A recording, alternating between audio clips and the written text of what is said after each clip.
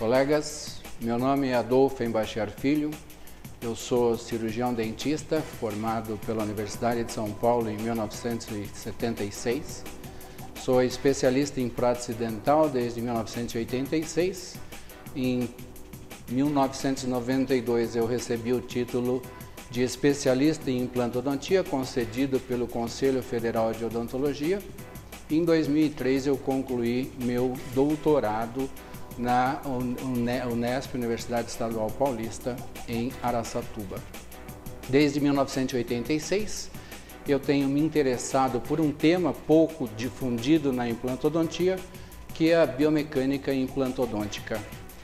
Nesses anos todos, eu compus um material que eu apresento em uma aula que levaria cerca de 6 a 8 horas. Entretanto, para essa gravação, eu fiz uma condensação, focando os pontos principais que me parecem interessantes divulgar para vocês. Me agrada bastante uma frase que diz: ensine princípios em lugar de métodos. A mente treinada em princípios cria seu próprio método.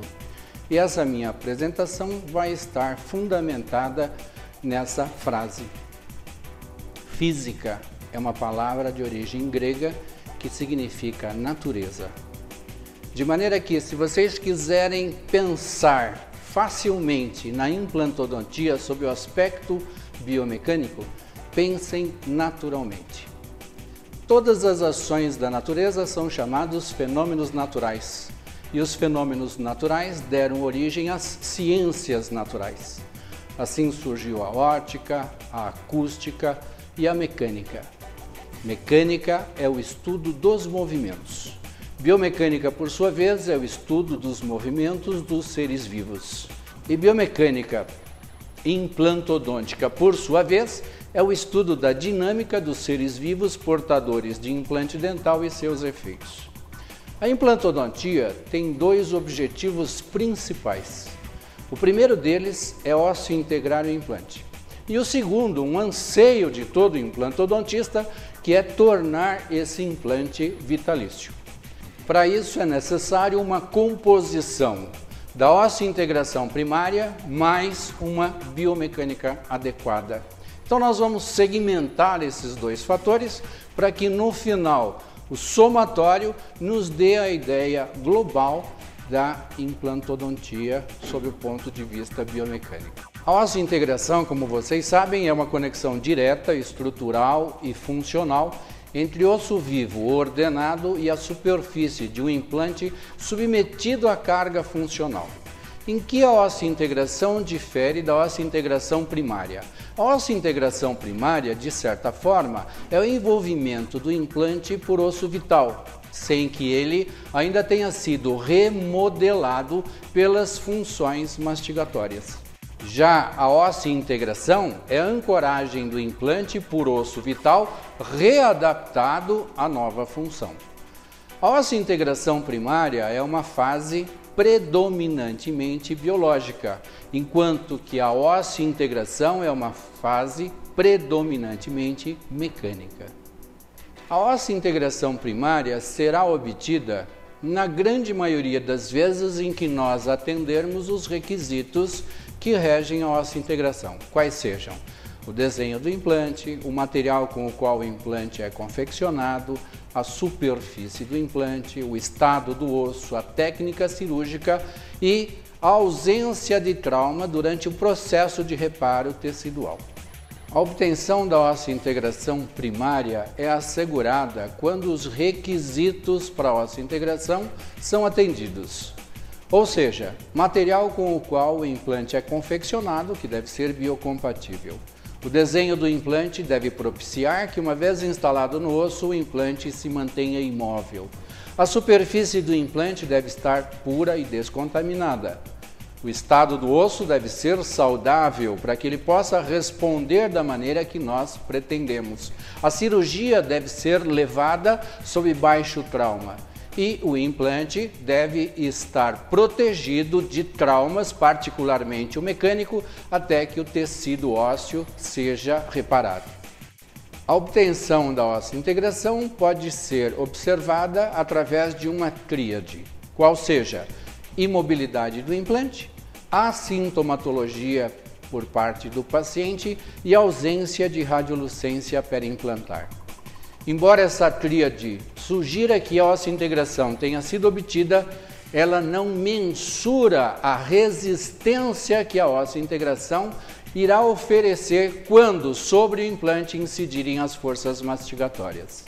2 implantes podem apresentar essas características, entretanto, estarem com resistências totalmente diferentes entre si, de maneira que ao colocarmos forças sobre esses implantes, um poderá estar mais resistente, outro mais fragilizado. Obtida a osseointegração primária, a fase seguinte, que como eu disse é predominantemente mecânica, entra em ação e precisa estar adequada, ou seja, a associação da osseointegração primária mais a biomecânica adequada nos assegura uma osseointegração longínqua. A biomecânica adequada é a soma da biomecânica intrínseca mais a biomecânica extrínseca, que deverão estar equilibradas com o sistema. O osso no qual nós vamos trabalhar implantodonticamente pode ter características diferentes, uma vez que nós vamos trabalhar em osso cortical e osso medular. O osso cortical tem uma densidade mineral maior, porém ele é mais pobre em vascularização. Já o osso medular, ele é mais rico em vascularização e tem uma densidade mineral menor. Sob o ponto de vista mecânico, os ossos mais densos oferecem qualitativamente um resultado superior do que os ossos menos densos. Na dependência do trabalho que nós vamos executar, não basta que o osso tenha uma densidade mineral alta, é necessário que ele seja quantitativamente suficiente. Um exemplo é a perda de um incisivo central. Se nós tivermos um osso com boa densidade e quantitativamente adequado, por exemplo, um osso tipo A, de acordo com a classificação de Zarbi, nós vamos oferecer ao nosso paciente um resultado estético bastante favorável. Diferentemente, se nós tivermos ainda que um osso de densidade adequada, porém quantitativamente insuficiente. Uma coroa dental, nesse caso, de perda unitária do incisivo central, ficará mais alongada, necessitando eventualmente um enxerto ou qualquer outra providência para compensar essa deficiência. Um outro tipo de osso que nós podemos considerar é a enxertia, quer seja com osso autógeno, que seria o melhor dentre todos, ou um biomaterial, onde nós vamos obter uma densidade normalmente bastante pobre. Então são situações em que nós devemos tomar um cuidado especial quando sobre esses implantes instalados em áreas enxertadas forem colocados sob os efeitos das forças mastigatórias. O segundo elemento participativo do complexo de sustentação é o implante. Quanto ao implante, há que se considerar o material, desenho, superfície, número de implantes envolvidos, sua localização, disposição, diâmetro, comprimento, enfim, fatores importantes no conjunto da resistência mecânica do trabalho restaurador. O material do implante, o melhor material do implante seria uma cerâmica. Entretanto, nós sabemos que a grande maioria dos implantes é confeccionada em metal. E alguns colegas, inclusive, mencionam o titânio, por exemplo, como o material ideal para implante. Sob o ponto de vista biológico, a cerâmica é superior ao titânio. Entretanto, os metais oferecem condições mais favoráveis sob o ponto de vista comercial. Os implantes metálicos são mais econômicos, são mais fáceis de serem obtidos, são mais fáceis de serem usinados, descontaminados e armazenados. Isso faz deles um material, faz dele, o metal, um material de eleição para a confecção dos implantes. Se na fase biológica, para a obtenção da nossa integração primária, bastasse que o desenho do implante possibilitasse imobilidade do elemento implantado, na fase biomecânica, o desenho do implante tem que propiciar resistência e adequada dissipação das forças mastigatórias, para que não haja no tecido ósseo pontos de concentração de esforços que possam superar o limite fisiológico do tecido e destruí-lo. Todos os implantes ósseo-integrados possuem regiões de fragilidade, já que uma das características fundamentais do implante, pelo menos na grande maioria dos implantes, é serem possuidores de dois corpos, um endósseo e um intrabucal, normalmente fixados por um parafusamento. Para que esse parafusamento possa existir, é necessário que a parte intraóssea seja perfurada e todo o corpo maciço do qual se subtrai o material acaba se tornando mais frágil na região onde o material foi retirado. Outra característica da nossa implantodontia que merece ser mencionada é o fato de nós trabalharmos muito com metais. E os metais, quando submetidos a estresse, têm os cristais das suas ligas decompostos e isso acaba criando zonas de fragilidade. Em outras palavras, todos os metais podem fraturar, desde um parafuso de fixação, uma estrutura protética ou até mesmo o implante. É uma questão de tempo, é uma questão de frequência e isso ocorrerá ou não. Outro aspecto que nós devemos ter em mente é que a nossa implantodontia tem um calcanhar de Aquiles. Quando eu me refiro a um calcanhar de Aquiles, eu estou querendo dizer um ponto de fragilidade, um ponto onde os problemas podem ocorrer com mais frequência. O calcanhar de Aquiles da implantodontia é a porção cervical.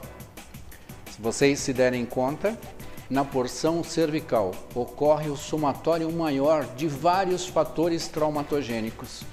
É na porção cervical onde se desenvolve a maior quantidade de calor no transoperatório. É na porção cervical onde há o maior acúmulo de placa bacteriana. É na porção cervical onde ocorre a maior concentração das forças mastigatórias junto ao osso. É ainda na porção cervical onde ocorre a corrente dielétrica promovida entre os metais que nós usamos nas reabilitações protéticas, os pilares protéticos e os implantes, cada um dos três compostos por materiais diferentes.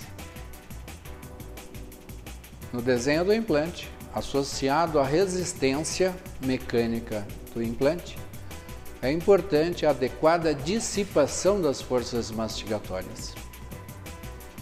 Se nós incidirmos a mesma força em vários implantes diferentes, a dissipação dessa força será diferente em cada um desses implantes que possuem desenhos diferentes.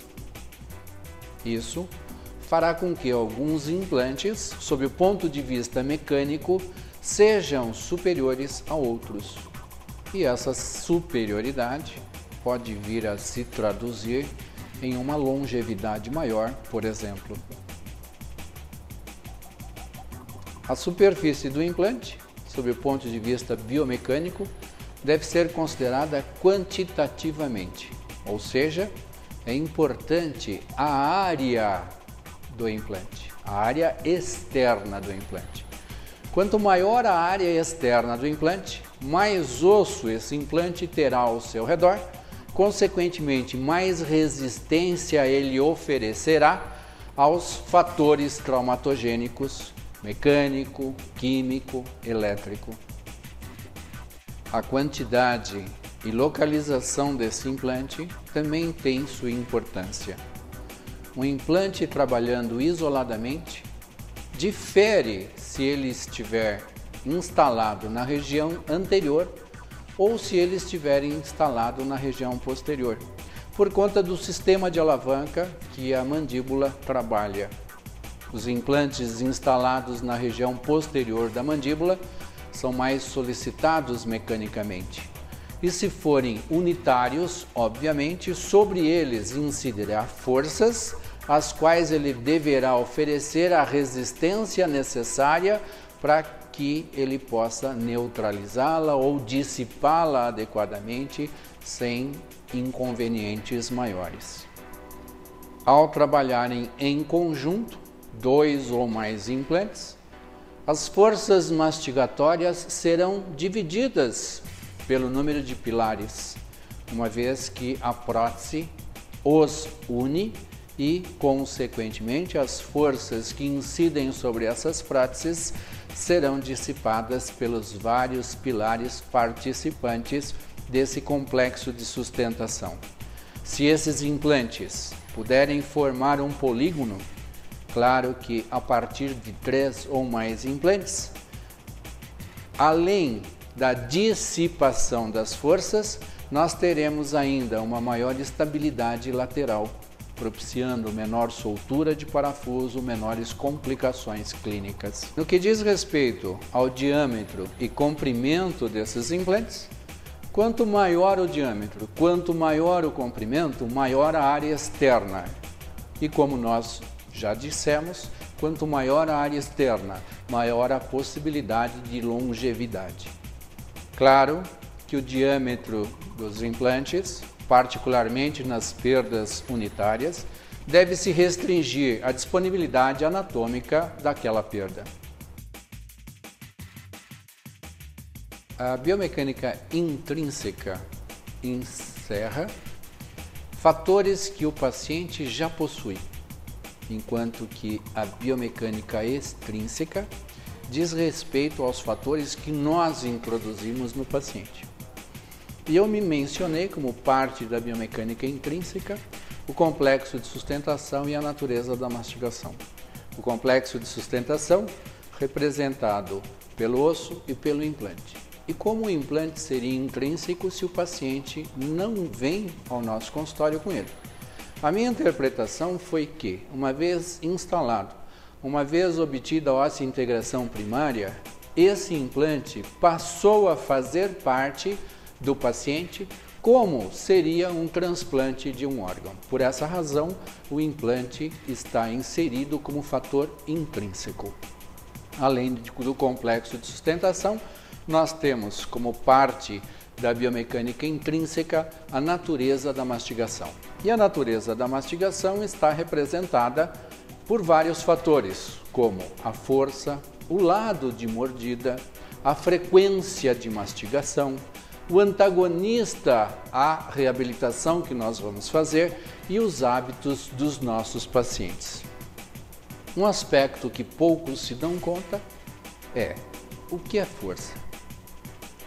Se nós compreendermos a definição de força, nós interpretaremos melhor o sistema mastigatório.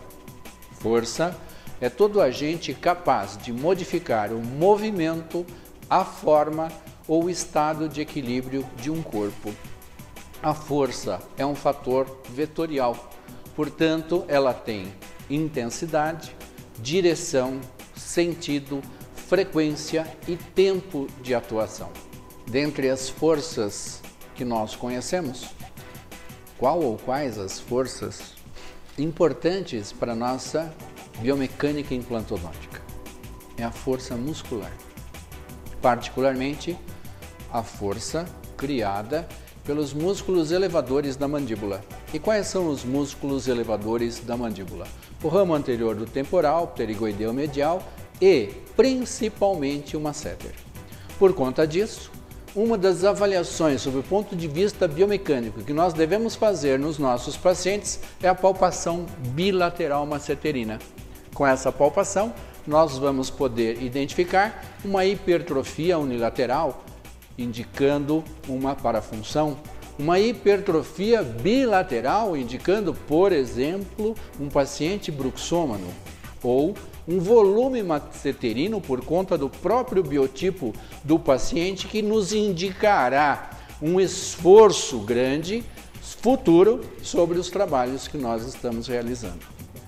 A mandíbula trabalha em um sistema de alavanca interpotente, na qual o apoio é feito pelo côndilo, a força no fechamento é feita pelos músculos elevadores e a resistência a essa alavanca é dada pelo contato entre os dentes ou pela interposição do bolo alimentar. Nesse sistema de alavanca, quanto mais para posterior ocorrer a resistência, maior é a eficácia da força. Por essa razão, os nossos implantes instalados na região posterior estão mais sujeitos a sobreesforços. Em contrapartida, quanto mais para anterior, menores são os esforços sobre os nossos trabalhos.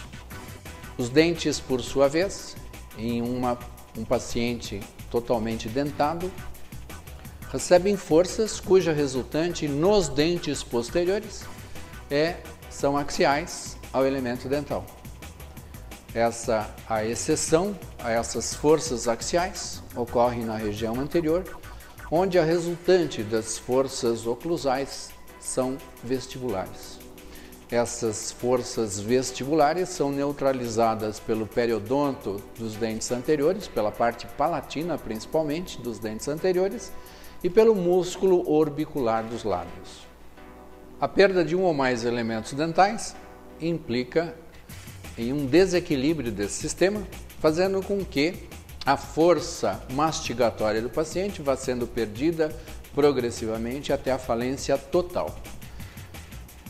Daí nós podemos concluir que é muito mais seguro, sob o ponto de vista biomecânico, implantar um paciente totalmente desdentado de longa data do que, por exemplo, um braxéfalo com um volume masseterino enorme que nos indica executar uma força mastigatória bastante intensa. Tão ou mais importante quanto os itens anteriores é o antagonista. Quem vai ocluir contra o nosso trabalho? É uma prótese total? São dentes naturais? É outra prótese sobre implante? Na minha interpretação, o melhor antagonista, o mais cômodo, o mais seguro para uma reabilitação sobre implante é uma prótese total, uma vez que, pela interposição da fibra mucosa, a força é dissipada e a intensidade de força que chega aos implantes acaba sendo de menor intensidade, portanto, esses ficam mais protegidos. É o caso típico do protocolo clássico, protocolo Brånemark clássico, no qual nós fazemos implantações inferiores, uma prótese fixa inferior, e o paciente continua utilizando uma prótese total superior. Na outra extremidade do grau de segurança, portanto de maior risco, seria os nossos trabalhos antagonizarem com outra prótese sobre implante. Uma vez que a própria percepção do paciente fica prejudicada e, obviamente, os trabalhos estarão mais sujeitos a forças excessivas, particularmente no decorrer do tempo, onde ele volta a ganhar força muscular. E se o nosso trabalho não foi idealizado para inserir esse ganho de força, nós podemos vir a ter problemas futuros por ineficácia da resistência planejada por nós mesmos. Finalmente, como último item da natureza da mastigação, os hábitos do nosso paciente. É importante que nós tentemos identificar particularmente os hábitos nocivos que o paciente possa ter, que venham a prejudicar a mecânica do nosso trabalho. Eu recordo de um paciente reabilitado por mim com implantes na parte inferior, uma reabilitação total, e numa tarde, caminhando pela cidade, eu encontro o paciente na janela da casa dele, vendo a banda passar, e fumando um cachimbo. E eu perguntaria, algum de vocês tem na anamnese de vocês, o senhor fuma cachimbo? Eu acredito que não. E nós sabemos que o cachimbo acaba imprimindo ao nosso trabalho um fator traumatogênico térmico, um fator traumatogênico químico, um fator traumatogênico mecânico, que na dependência da intensidade, frequência e duração desses fatores traumatogênicos, podem vir a se transformar em trauma e abreviar a longevidade do trabalho que nós realizamos ao paciente. Já na biomecânica extrínseca, ou seja, aquela que compõe os fatores que eu instalo no paciente, está representada pelos componentes protéticos e pela prótese propriamente dita. Os componentes protéticos, agora, não basta que sejam biocompatíveis, assim como o implante, é necessário que eles sejam resistentes. Resistentes aos esforços mastigatórios e resistente às agressões químicas que eles vão sofrer no interior da boca. Além da resistência, é preciso que eles tenham baixa condutibilidade térmica e elétrica, e esse quesito não é plenamente atendido pelos componentes com os quais nós trabalhamos. No meu ponto de vista, um dos componentes protéticos mais importantes que merecem destaque na biomecânica são os parafusos de fixação, nos seus diferentes diâmetros, nos seus diferentes comprimentos. Até mesmo porque são confeccionados em metal e, como nós já dissemos, os metais submetidos a estresse podem vir a fraturar.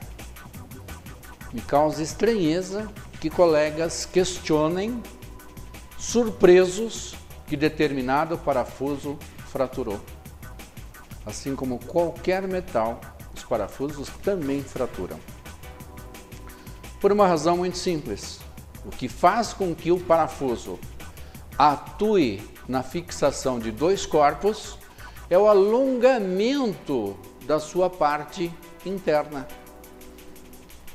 E o alongamento de um parafuso para um aperto considerado adequado deve ser ou deve girar em torno de 70% da sua deformação plástica. Por que 70% da sua deformação plástica? Um alongamento maior do que 70% fica muito próximo da deformação plástica do parafuso. Então, se nós nos limitarmos a uma margem de segurança, os nossos problemas poderão ser minimizados. Com relação aos componentes protéticos, é importante que o acoplamento entre eles tenha a maior precisão possível. Ainda assim, nós sabemos que uma das limitações da nossa implantodontia é aquele espaço, também chamado de gap, que fica entre o componente protético e o implante. Nós sabemos que esse gap pode vir a se tornar um nicho para bactérias e, eventualmente, induzir uma inflamação, uma destruição local e uma porta de entrada para problemas, no caso, traumáticos químicos. É interessante como nossa ideia de precisão está associada à precisão de próteses sobre dentes naturais. A imagem radiográfica que sugere precisão numa prótese sobre dente natural é a mesma que nós associamos à precisão de um componente protético ao implante.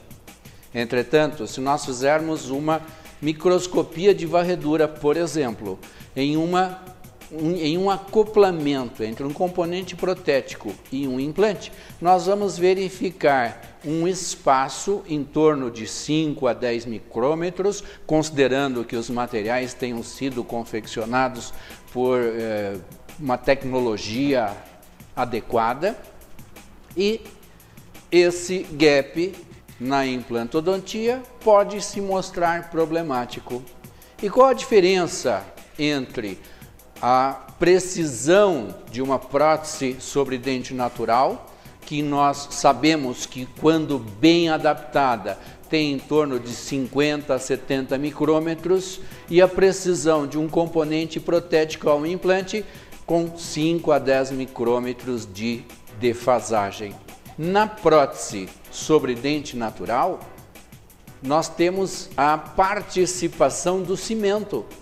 Geralmente o cimento utilizado é um cimento de baixa solubilidade que compensa essa falta de precisão ou essa precisão nos padrões da odontologia convencional. Já na implantodontia, essa precisão ou falta de precisão de 10 micrômetros é uma limitação tecnológica mundial, onde não se consegue minimizar essa defasagem. Já sob o ponto de vista clínico, nós podemos considerar a precisão visível macroscopicamente. É aquela instalação de um pilar de transferência, por exemplo, que ao ser radiografado nos permite observar uma solução de continuidade que acusa uma má adaptação do pilar no implante. Claro que isso deve ser corrigido. A nossa referência de acoplamento adequado passa a ser a mesma de precisão na odontologia convencional, ou seja, se nós fazemos uma radiografia para constatar a precisão de um pilar protético a um implante, de um pilar de transferência a um pilar protético, e a radiografia não mostra solução de continuidade, nós consideramos que isso está adequado.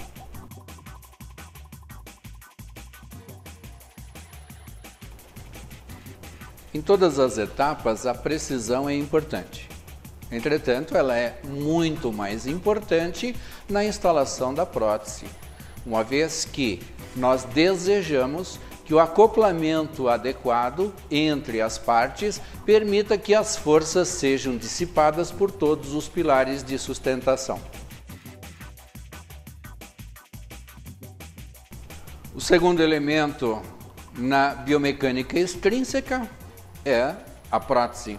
E as próteses, nós sabemos que tem uma variedade enorme, desde as próteses totais retidas por implantes, as próteses parciais retidas por implantes, até as próteses fixas unitárias, parciais e totais retidas por implantes ou retidas por dentes e implantes associados, as quais nós podemos chamar implanto suportada unitária, implanto suportária múltipla alinhada, implanto suportada poligonal, dentro implanto suportada rígida, dentro implanto suportada semirrígida, implanto retida muco-suportada, implanto retida implanto muco-suportada, implanto retida dentro muco-suportada, se não bastasse, cimentadas,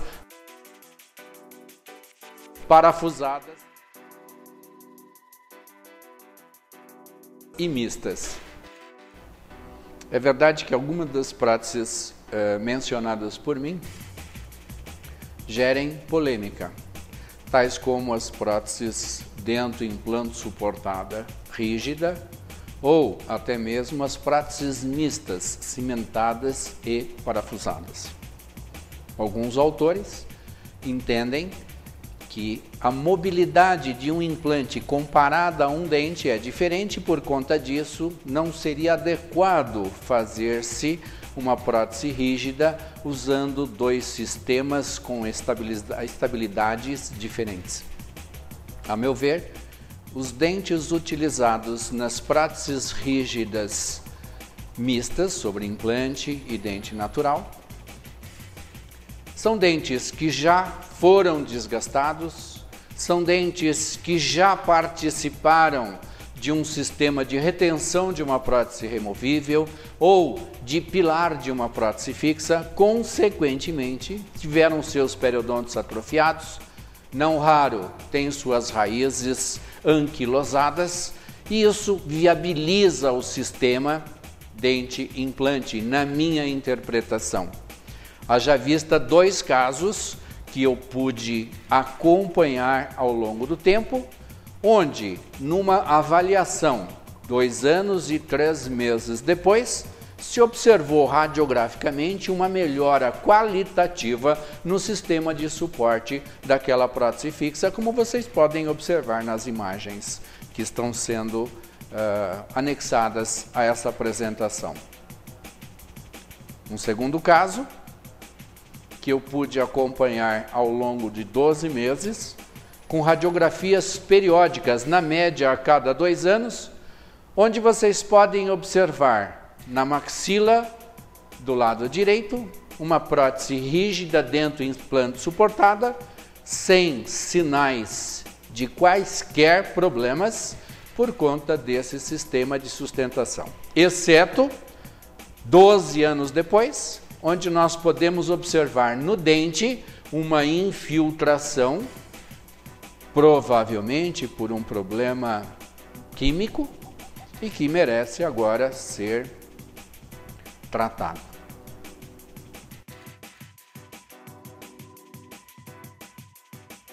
Com relação às estruturas protéticas possíveis nas nossas próteses sobre implantes, sob o ponto de vista biomecânico, eu mencionaria 2 delas: as próteses consideradas alinhadas e as próteses poligonais.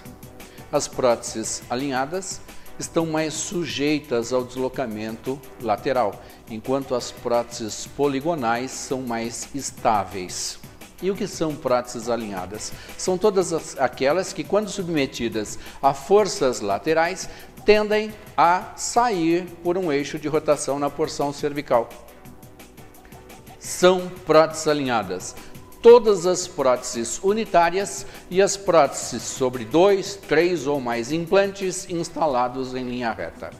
A partir do momento que nós trabalhamos com 3 ou mais implantes e os instalamos desalinhadamente, em lugar de próteses alinhadas, nós teremos próteses poligonais.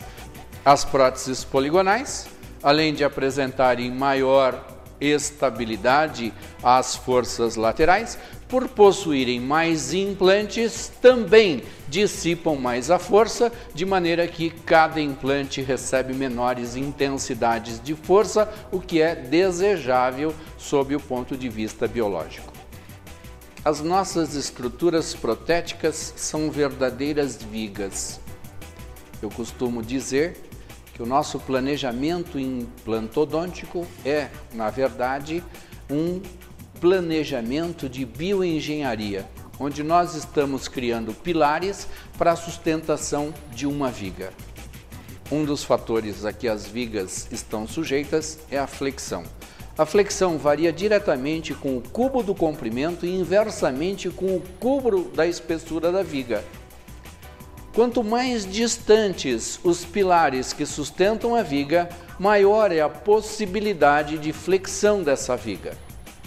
Da mesma forma, quanto mais estreita é a viga, maior é a possibilidade da sua deflexão, e isso exponencialmente.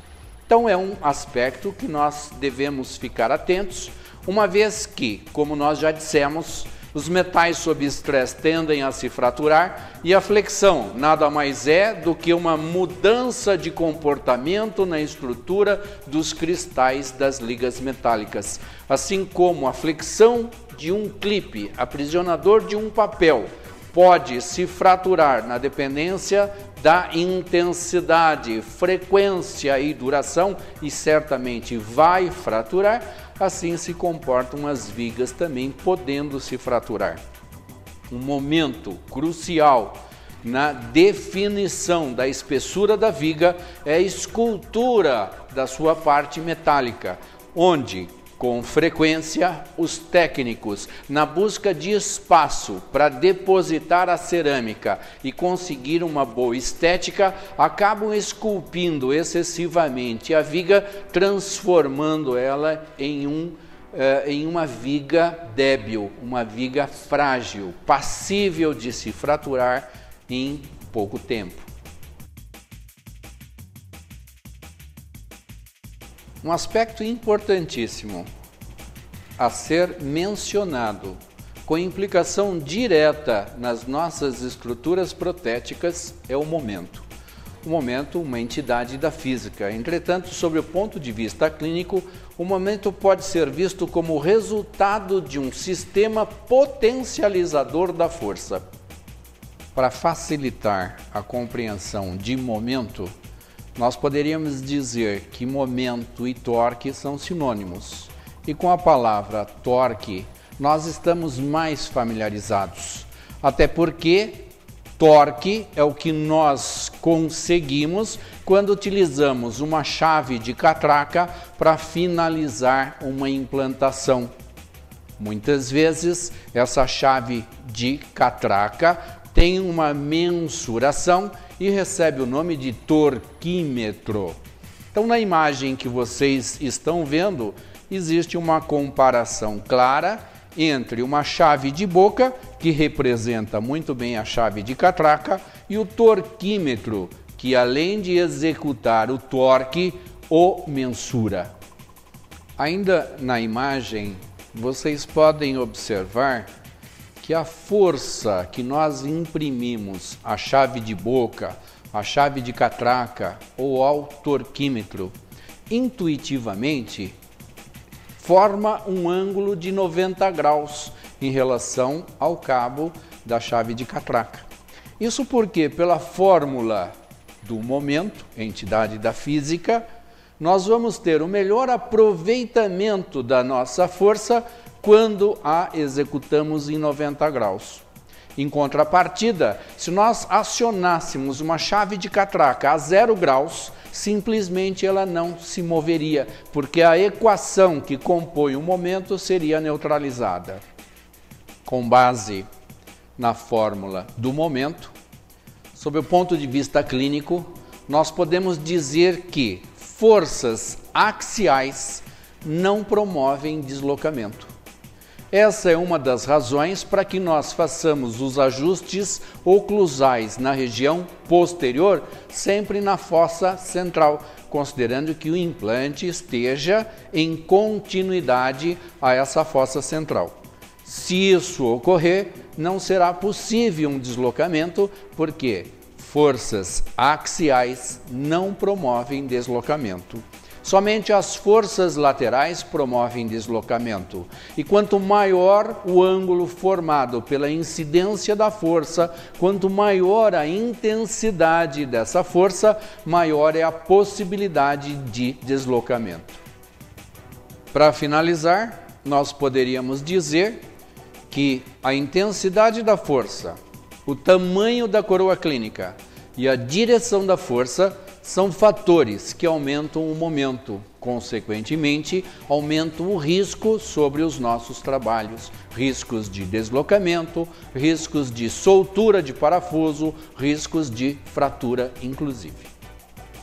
E o que é necessário contrapor à força e ao momento para impedir esse movimento, essa soltura, essa fratura? É necessário resistência.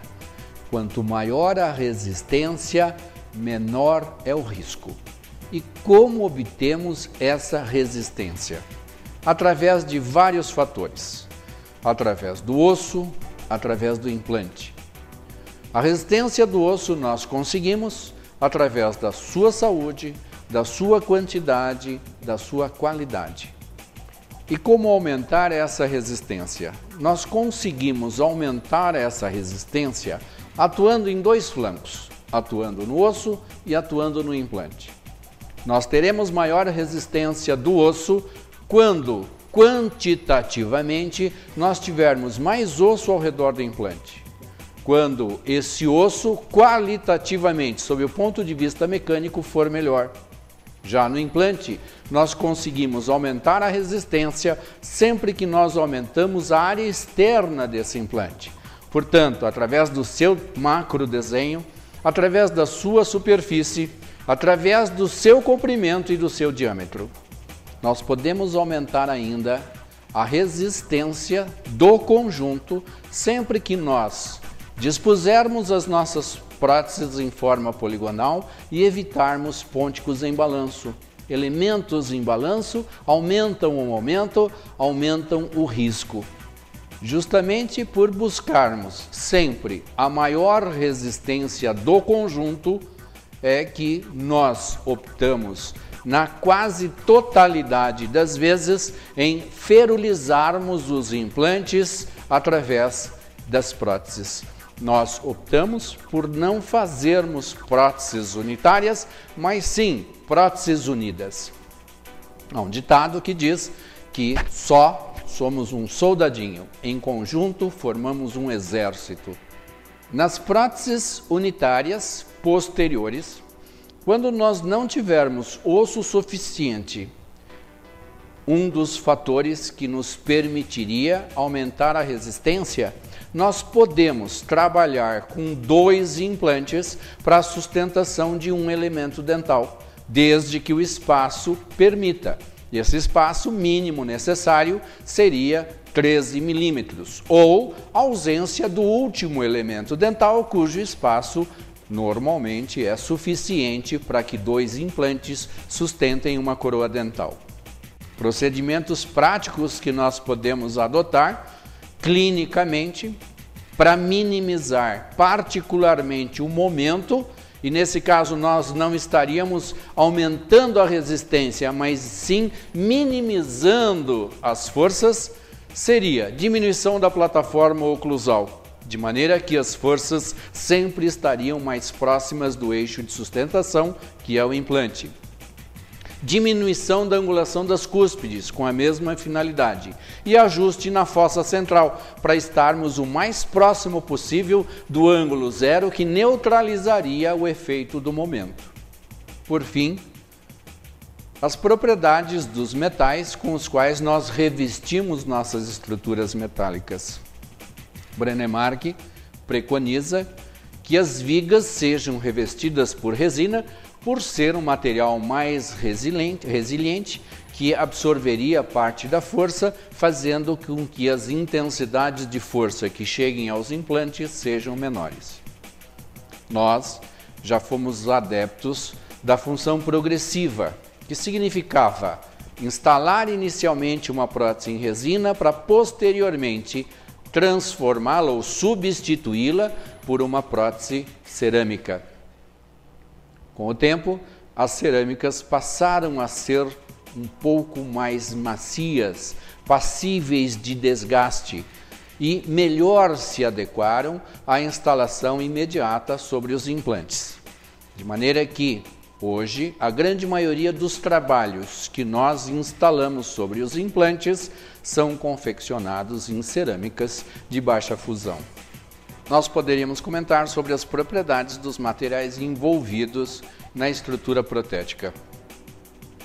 Brennemark tem uma preferência por revestir as estruturas metálicas por resina.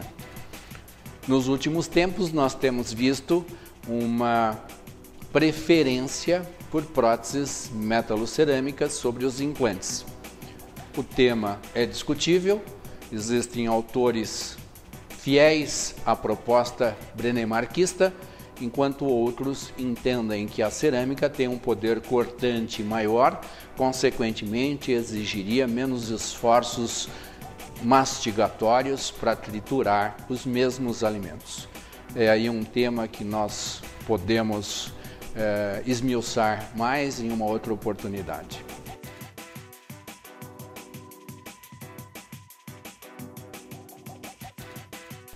Eu gostaria de finalizar essa apresentação com uma casuística. Casuística essa, não sempre minha, algumas minhas, mas acumuladas ao longo de todos esses anos, que eu penso vai ilustrar a vocês vários pontos que nós discutimos no decorrer dessa apresentação. O primeiro caso que eu poderia mostrar para vocês foi o meu primeiro protocolo, feito em 1990. Naquela oportunidade, nós ainda éramos carentes das informações necessárias para fazermos um trabalho adequado, tivemos envolvimento de laboratório na sua criatividade e confeccionamos uma prótese para um paciente que, ao chegar no nosso consultório, me disse: doutor, não tenho mais motivo para viver, porque eu não posso comer. O paciente era portador de 2 próteses totais e foi reabilitado através de implantes na região anterior, para o qual nós fizemos um protocolo convencional.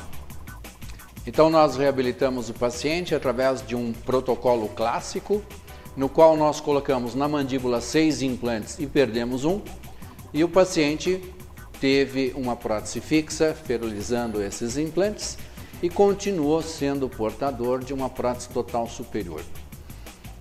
Cerca de 1 ano e meio depois, o paciente voltou ao consultório com a prótese total superior quebrada ao meio, o que mostrou que ele voltou a ter confiança na mastigação, certamente ganhou nova intensidade de força mastigatória, e o trabalho que estruturalmente estava adequado há 1 ano e meio atrás deixou de estar naquele momento onde a força, a intensidade da força superou a resistência da prótese total superior.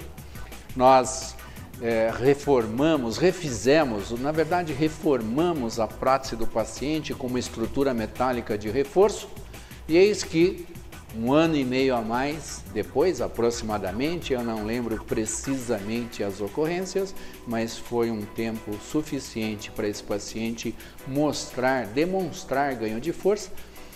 Ele teve a estrutura metálica do protocolo fraturada.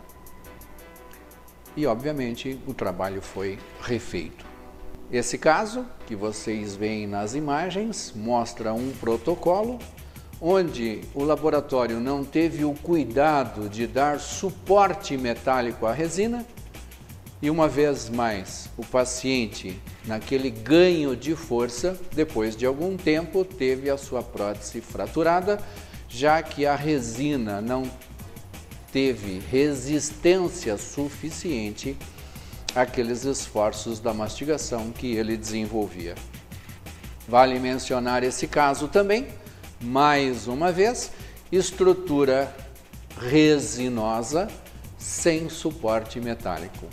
A resina tem limitações mecânicas em termos de resistência, deve estar sempre suportada ou apoiada em metal. Observem uma peculiaridade nesse caso, onde o paciente veio a ter um protocolo inferior, porém não o protocolo clássico. Observem que nesse caso o antagônico era uma prótese metalocerâmica, e a consequência disso foi, depois de algum tempo, a fratura da estrutura metálica.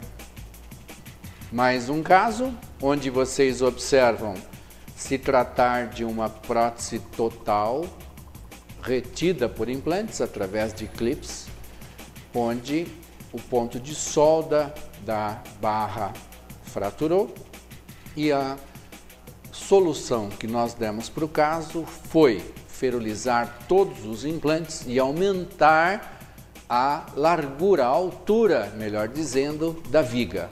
Não tenho notícia de esse trabalho ter tido problema posterior. Esse caso pertence a uma paciente que esteve não faz muito tempo em nosso consultório com a prótese nessas condições. A prótese fraturada, com várias tentativas de colagem, e nós nos deparamos que, lamentavelmente, o suporte orientador das perfurações foi posicionado equivocadamente e os implantes foram instalados sem que houvesse um equilíbrio de forças para dissipação das forças mastigatórias. Então observem que essa prótese foi reformada, foi consertada, entretanto, para nossa surpresa, por conta do equívoco transoperatório, a distribuição de forças esteve totalmente desfavorável. A ela foi proposto um novo trabalho, mas que não foi executado, ao menos por nós.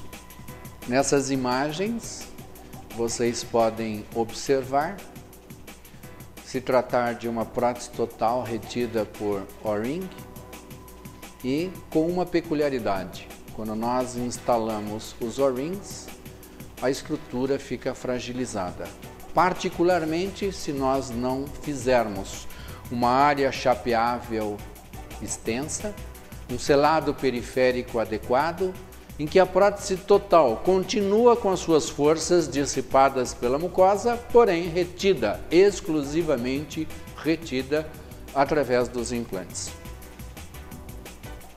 Observem que o O-ring ocupa um volume bastante significativo nessa prótese, o que levou à fragilização e, consequentemente, à fratura da estrutura.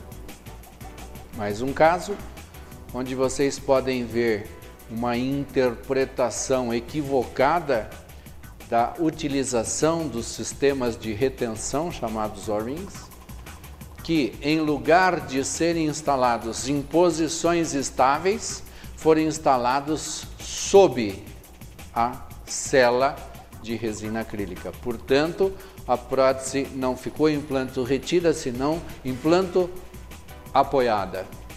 Isso acabou implicando na fratura do implante. Inicialmente, o osso é que se perde, o braço de resistência fica pequeno, de potência acaba aumentando, o metal se estressando e fraturando. Eu não vi até hoje nenhuma fratura de implante no interior do osso. Sempre precedida a fratura, sendo precedida pela perda óssea periimplantar. Aqui um exemplo claro do que eu mencionei de confecção da estrutura metálica excessivamente esculpida, onde a resistência da viga fica debilitada. Consequentemente, com o passar do tempo, o estresse do metal acaba levando à fratura, que nesse caso também levou à perda do implante na região do túber. Observem que a distância entre os pilares estava excessiva por conta da perda de um implante intermediário feito com um levantamento sinusal e enxertia e mal sucedido. Como era uma prótese extensa, se acreditou que fosse suficiente a resistência remanescente, o que de fato não aconteceu. A prótese fraturou e, juntamente com a fratura da viga, acabou sendo perdido o implante instalado no túber, uma região de osso de densidade bastante baixa, como vocês sabem. Essa imagem mostra uma doença periodontal avançada, onde o braço de resistência se tornou exíguo para um braço de potência. Uma força incidente na borda incisal dos dentes superiores levaria a um processo de mobilidade e perda desses dentes. Claro que é uma situação hipotética, entretanto, esse conjunto que vocês veem na imagem de implante e pilar protético é real, foi perdido por um colega que certamente em uma situação similar àquela hipotética que eu apresentei de doença periodontal avançada, substituiu um dente perdido por doença periodontal por um implante, nesse caso de 10 milímetros, para suportar uma coroa clínica de aproximadamente 18, uma vez que o pilar protético tem 16 milímetros de altura. Ou seja, um braço de potência excessivo para um braço de resistência insuficiente. Nesse caso, o fator determinante na perda desse implante, assim como em dentes com problema periodontal, é o momento, ou seja, a incidência da força em uma direção com um ângulo maior que 0 graus, distante do eixo de sustentação, que acabou potencializando a força de mordida do indivíduo. Mais um caso onde vocês podem observar. Na imagem R, acreditem, é o tamanho do implante que foi instalado. P é o tamanho do pilar protético juntamente com a coroa. Eu gostaria de compreender como esse implante foi instalado, mas não tenho pistas. A verdade é que isso foi feito e eu tenho minhas dúvidas se ainda está em vigor na boca do paciente. Na imagem vocês podem ver outro caso de desproporcionalidade entre o braço de resistência e o braço de potência. Observem o tamanho da coroa clínica, o tamanho do implante de sustentação. Na dependência do antagonista, da intensidade da força desse paciente, dos seus hábitos, logicamente não há resistência suficiente para manter isso em funcionamento. E foi o caso, tanto que isso foi perdido. Evidentemente, não por uma força axial, mas sim por uma força à distância que criou o momento, consequentemente o deslocamento, estresse no caso do osso e a perda do trabalho. Essa imagem permite que eu os alerte para situações de excesso de confiança. Eu costumo dizer que o saber tem vários estágios e alguns merecem ser mencionados. Um dos estágios é a ignorância total.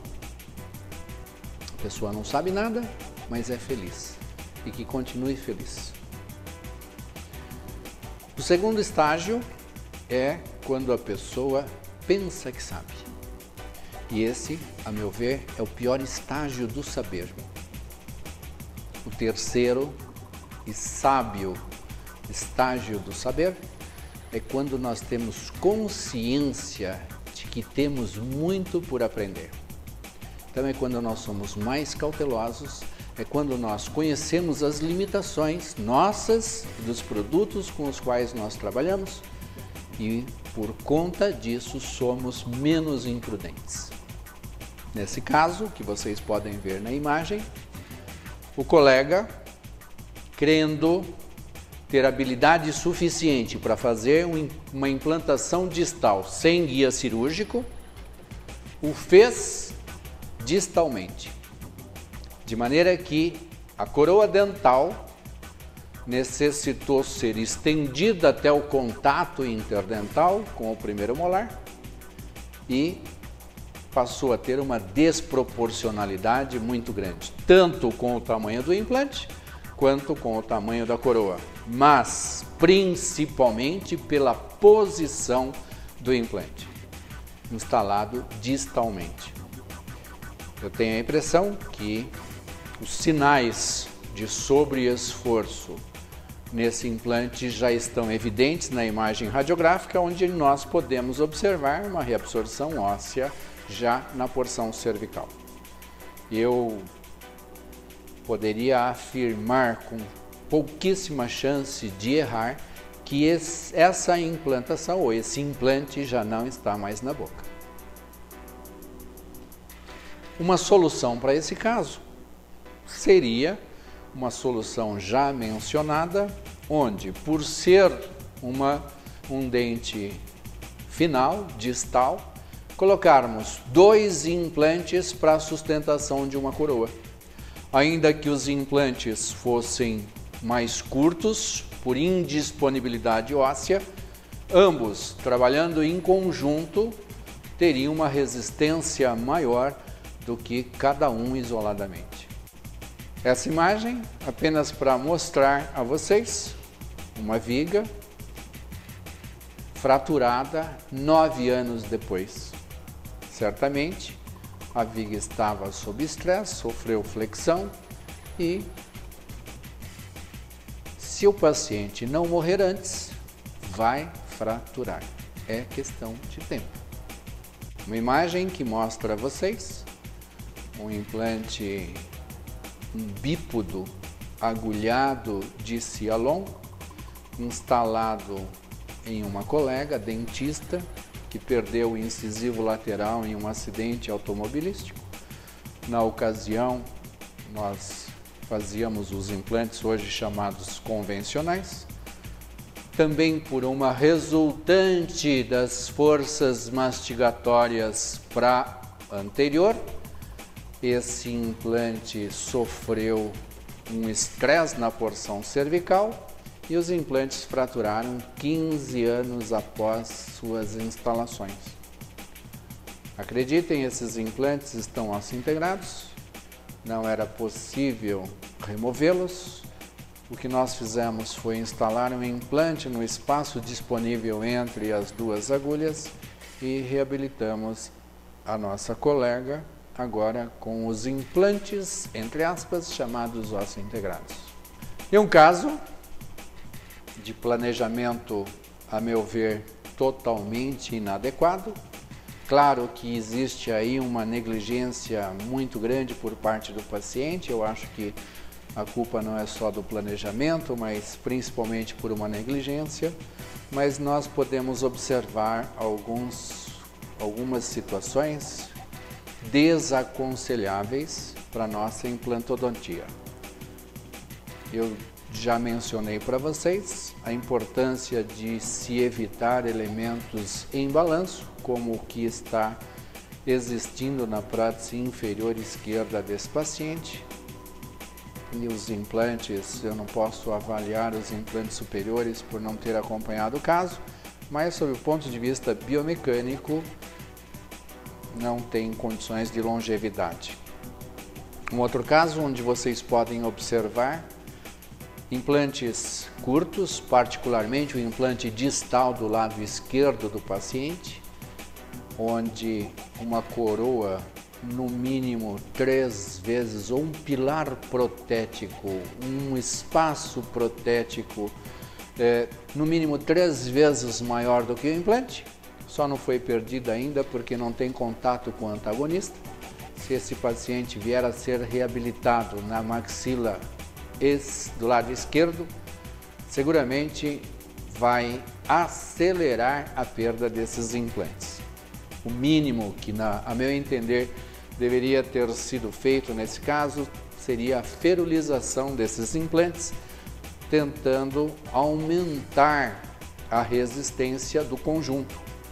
Digo mais, inclusive instalar um terceiro implante distal do lado inferior esquerdo para sustentação de 2 coroas, que seja 3 implantes curtos na sustentação de 2 coroas, sob o ponto de vista biomecânico é mais adequado do que a situação que nós podemos visualizar na imagem. Do lado direito, o que nós observamos? Implantes maiores, porém isolados, trabalhando cada qual com suas resistências. Se não bastasse, no implante mesial, um elemento em balanço, portanto, sobrecarregando ainda mais o implante. E me parece que sempre que nós optamos pela ferulização, nós minimizamos os problemas. Um planejamento, a meu ver, mal conduzido. Vários colegas têm em mente que o protocolo Brennemark sempre tem os implantes instalados entre foramens mentonianos, e o que eu tenho a dizer é que, se existe osso disponível para uma implantação em posterior, ainda que seja de um dos lados, melhor fazê-lo do que não fazer, porque a resistência do conjunto é maior, os elementos em balanço são em menor quantidade. Portanto, a ação do momento é menor, a intensidade da força se dissipa por mais pilares e isso é benéfico aos tecidos. Então observem nessa proposta de trabalho, o colega fez uma carga imediata, que é um ponto a ser discutido. Vocês podem consultar a aula de carga imediata, muito bem ministrada pelo colega Rogério Ribeiro, que está disponível também no nosso site. E nesse caso, o colega, na busca de fazer uma carga imediata, conseguiu colocar 8 implantes entre os forames mentonianos, a meu ver, acreditando ou pensando, se protegendo do fato de perder um ou mais implantes e ficar com implantes remanescentes para executar o seu trabalho. Me parece que a longevidade desse trabalho fica prejudicada, se não pela biomecânica inadequada, pela impossibilidade de higienização desses pilares. Um outro caso, onde se observa a falência dos implantes antes de colocá-los em função. Também um planejamento duvidoso, onde nós observamos na sequência das imagens que os únicos remanescentes foram os que deveriam ser transitórios, ou seja, implantes para retenção da prótese total, enquanto os outros implantes ósseo-integrais. Em lugar disso, fraturaram, se perderam e o trabalho se tornou inviável. Observem que o retentor da prótese total do lado esquerdo já apresenta reabsorção óssea na porção cervical, o que nos permite interpretar que em breve fraturará, se já não fraturou. E aqui,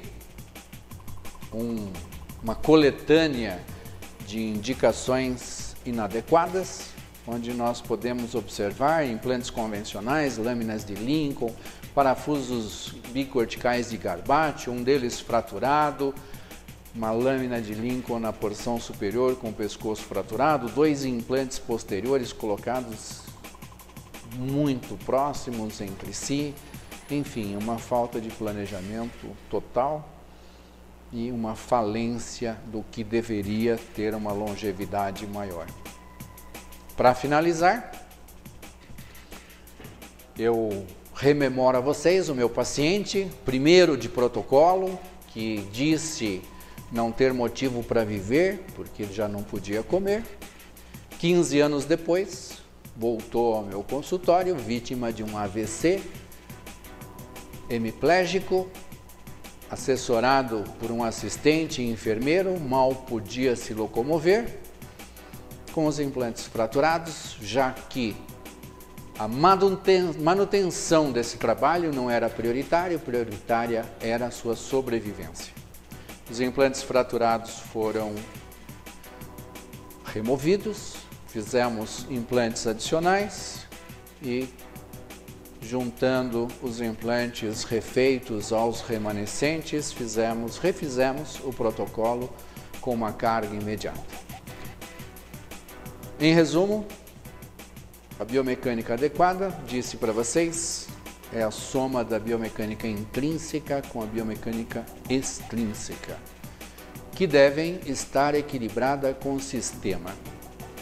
E o sistema, por sua vez, deve estar equilibrado. Quem é o sistema? Quem deve estar equilibrado? O nosso paciente. A biomecânica intrínseca mais a biomecânica extrínseca não será eficaz se o nosso paciente estiver desequilibrado. O que é um paciente equilibrado? É um paciente em estado de normalidade, sem desvios somáticos e psicológicos. Um paciente alcoólatra é um paciente desequilibrado. Um fumante inveterado é um paciente desequilibrado. Um paciente que se separou da sua esposa por motivos diversos entra em desequilíbrio. Um paciente que tem a sua empresa falida se desequilibra. A perda de um ente querido próximo, a intensidade muitas vezes do trauma é tão grande que o somático, o psicológico se desequilibram. E nós não podemos responder por longevidade de trabalhos em pacientes desequilibrados. Essa é a minha opinião. Eu gostaria de finalizar essa apresentação com um texto que foi publicado por mim na revista da PCD em 1992. A natureza, da qual faz parte a biologia, só é interpretada dubiamente pelo ser humano. Suprema encerra leis claras e precisas. Compete a nós compreendê-las e respeitá-las. Maneira única de viabilizarmos, sob a égide da natureza, nossos trabalhos restauradores artificiais. Muito obrigado.